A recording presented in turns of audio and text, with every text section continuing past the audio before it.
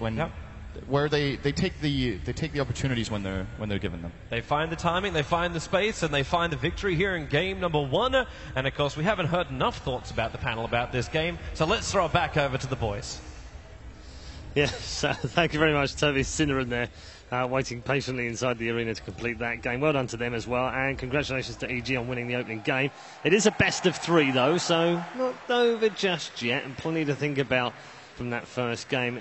We talked to death about the first half, of course, so let's talk about the second half of what we saw. It pretty much went the way that all 4 of you said it was going to go without fail. Wagger, was there any hint from Complexity of some fight back? I don't think they had the tools. Like, simply, I think it's sad to beat down on something like that, but I think the mispurchase by Queen was very obvious on the Octarine, and I think the top fight was very well taken there by EG and punished Complexity a lot.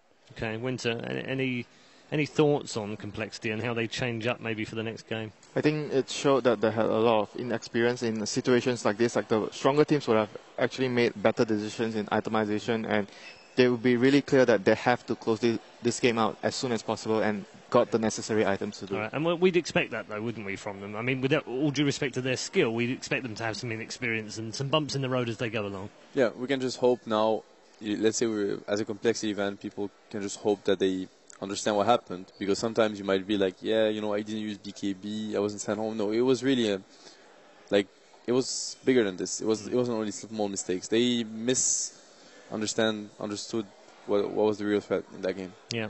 One of the nice things about that game for me is that the old man of Dota stepped up and showed us just how good he is at the game still. And I love the fact that the older guys are doing well, because it just says we don't know when people are supposed to retire. And here he is, Clint, at 27, having a flawless game. Yeah, I mean, that's the scary part about EG. Their late game decision making is near flawless, and winning past 30 minutes is a very difficult task. And I mean, EG, or Complexity rather, had a huge lead, and yeah, they need to be able to close the game out. I think they should go for a similar strategy and just execute a little bit better, 10% better. Like they said, how much EG respects Sphere, like the other players, they look up to him and everything. And he 12-0. First game, when it matters, 12-0, clean game. Yeah, just shows that sometimes the Master and the Padawan haven't quite crossed over yet, perhaps. Nope. And Samao's still got a little bit more to learn from his Master, perhaps. Yes, I got your back. You know, you're the Padawan. I expect you to perform. If you don't, I'll just do it for you. Okay, and then you carry me. Yeah, exactly. Brilliant. I like that. And as much as I kept going back to the item decision later on the Octarine, I think that Swindle should still be very happy with his play in that game, because Lina against Queen, Lina wins. He won that, right? Yeah, exactly. Like, he did more than you can expect from the Queen of Pain. He got every last hit on the first 2 creep waves, and he also out-denied Lina, so it's very nicely played. Despite the itemization as well. Yeah, well, that didn't really come into play yet, Paul. Yeah, okay. All right. I'm still learning. Yeah. I'm still picking it up. Definitely. Still, you know. We'll get there. Well, yeah, absolutely. By the end of 6 days, I'll be at least be able to fire an arrow from Mirana accurately. I think so. Maybe. We'll see. We have Sing somewhere here. He can teach you. Can he? He can arrow. I heard he's quite good at arrowing. He has a secret technique to it. Really? Yeah. Okay. Well, maybe we'll get into a bit more of that. We're going to get into Game 2 fairly shortly. What do we expect from Game 2? What differences? I mean, you said, Melina, already that EG, no changes really required from them, but what do Complexity now need to do? Yeah, I completely agree with Ben. I think they need to just make sure that they execute much better. The same strategy is fine, but the execution has to be better. That's the most important part. Right. On EG's side, I wouldn't feel so fine with the first game. I felt like their draft was way too greedy. Like there was this point, really 5 minutes, where they all wanted to farm jungle because Fear was pressured as an anti-mage. So when you're pressured with anti-mage, you let the storm pass, you just go farm some neutral camps until they leave. Same wanted the blink, and Samael was shut down, which might happen because people are going to pressure Samael in those games because you know how important he is to EG.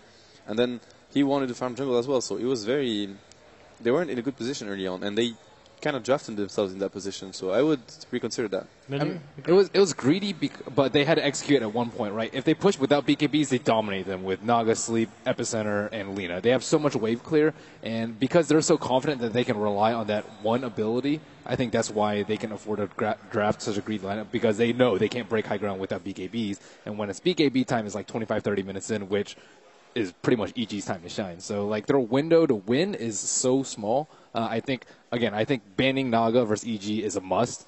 firstly, just because like if they don't need BKBs, then they can just win 15 or 20. Yeah, I would definitely agree. Also, we haven't seen that from the Naga, but he already showed everyone that he could transition into a core and be very relevant and be very effective as a Naga, as a farming Flitz pushing Naga. So yeah, Naga is definitely a must ban, I'd say, versus EG. It's quite scary to face it. Okay, if they have a pocket strat, now's the time, isn't it? They've got a complexity. They've got to pull something different out that maybe we haven't seen in the group stages. We spoke about it a lot yesterday, and we didn't really see that much change, did we? I mean, the strategy they used in the first game, even though it doesn't seem like it's entirely a pocket strike, but I feel there's a lot of like thinking that they went through. Like we want to pull the Chen out against EG. EG might actually go for something greedy, and the Chen, having the Chen on your team, you might be able to capitalize on windows that you're actually going to be able to punish the greed. So even though there's not much of a difference in the heroes, but I think they had the mentality set up there in the way that they played it out. Yeah. Okay, that's interesting. So I mean, what can they take from that complexity? Because they first 20 minutes, admittedly with an early game lineup, they still did very well. I mean, there was nothing really wrong with what they were doing. We were saying at 25 minutes, I think we said, it might take a mistake somewhere for someone to win this, but it still looked like EG. But up to that point, had they done anything wrong? I think they had good rotations early on. I think that Complexity Fly had really good movement in that game, and he made the most out of the Tusk. Because I haven't been convinced by support Tusk by many teams, but he played very well in the early game. So that was impressive. It's been used a lot as well. We keep talking about this Tusk Dazzle. It's all been used throughout the group stage. We saw it yesterday as well in that. Maybe they break that out in the next game. I think Complexity should be satisfied with the overall game they played, but they have adjustments to make, for sure. Okay. Is this a 2-0, Malini? I think so. I think EG will draft a little bit less greedy and not rely as much on the anti-mage. Okay. Very quickly, Seb, same? I still have to cheer as well for Complexity. Okay. Sticking with your choice. I like that. I'm sticking to my team as well. Okay. All right. Good stuff. Let's get underway in game 2.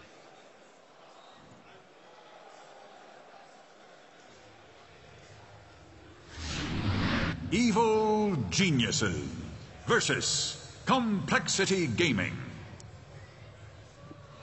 Draft for game 2 is underway. And EG, of course, looking at a 2-0 lead if they can secure this one. And not only that, they would move into the semi-finals where they are guaranteed $1.2 million. The draft is underway. Nagasaran is first pick. Yeah. That doesn't look good at all. EG having the Naga once again here. And this time, Complexity are going to be the ones to pick up the Lina. But Nagasaran is a dangerous support, especially in this current style that everyone is playing. It's so powerful to have that disjoint. We saw what happened top, and when Antimage was split pushing, that was a lot because of the Nagasaran song. It kept people in place for so long. And they can like redirect creep waves with the illusions. I mean, there's just a lot you can do with the Naga Siren. Yeah, even the Kuroki style, stacking like 3 camps at once or 4 camps at once even. He did that during the group stage. It has many different strengths to it. And it's a hard hero to kill. She has a lot of armor, starting with a poor my shield. We tend to forget, but it's a very strong laner. Like, it's a hero that has very good movement speed, very high armor. I mean, it counters BKB heroes as well. I mean, the hero does so much for the team. And he can transition into a core easily. I think she's been a lot stronger ever since people figured out that she can actually be put in a dual lane off lane. And people are like, generally like, oh, 2 melees in the off lane, that's terrible. But they did it last game with the Sand King and Naga was able to pressure out the Clinks. Yeah, exactly. Just run at the enemy and start riptiding and just auto-attack them. You will pretty much win that trade unless it's something, something super strong like a Zeracopter that you shouldn't run into in the first place.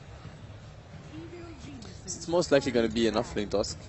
I think it's safe to say that it's going to. I don't think they've ever played a support Tusk. Yeah. In my memory. And that EG? Yeah. They did one. They did PBD. Oh yeah, the one that he was blocking the creeps. But that was the only game they actually did it. Yeah. And with the Naga, being picked up so early as well, it's highly unlikely that the Tusk is in. I agree. I don't think you do that on Dire as well. I mean, on Radiant you can do it towards the mid lane with the pulling mid wave, but on Dire maybe you can get the medium pull on the top lane, but that still doesn't change much. They ended up losing that game, and I think that Evil Geniuses, they've played enough to the point where they kind of rely on PPD being that super defensive support, where if someone goes too aggressive, you always have that safe plan. But when he played Tusk, they really couldn't play the same way, and it wasn't exactly the same EG that we're used to. Yeah, we always think, we hear the name PPD, it's like, oh, Dazzle, Treant, Abaddon, these type of heroes, that's the PPD style. So we'll see. I'm pretty convinced that this is going to be an offlane Tusk as well.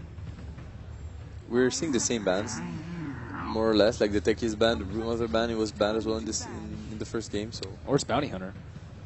exactly, yeah, that's a very good question actually. The Bounty Hunter has been ignored. I don't think it's going to be picked by EG because they have already the AOI hero. I don't think PPD Cold though. is really the Bounty Hunter player. But yeah, maybe for complexity rather. I don't think EG is going to get it.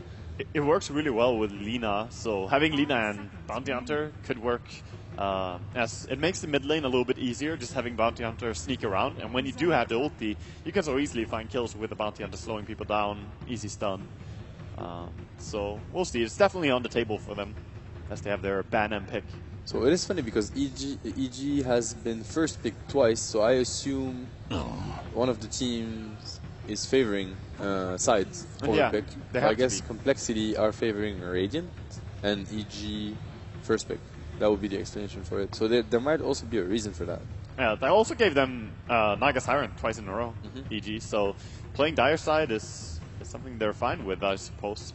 And there's a lot of respect towards Sumail. That's how I feel. Like Lina, so they banned Leshrak, they banned Quap, and they grabbed Lina very fast. So that's a lot of Sumail heroes. Obviously, there's still Storm, Zeus, that he plays many different heroes. Even Brewmaster, but we haven't seen him play so much lately. And when I watched him play before he got on EG, he actually played the Lina versus Storm matchup a lot as Storm, and he would crush that matchup. So he would win the matchup versus Lina. Yeah, he would. Oh, that's very interesting. This was, I think, actually before the nerf too. That's it was very, pretty very surprising, but So this is something that we were talking about before that might actually be much better if they're running the same strategy again. Like Dragon Knight would actually fit their lineup much better, and the ease of execution is also, compared to the Klings, is much better. Yeah, I think it's very good that they went back to something like this, especially because it was also what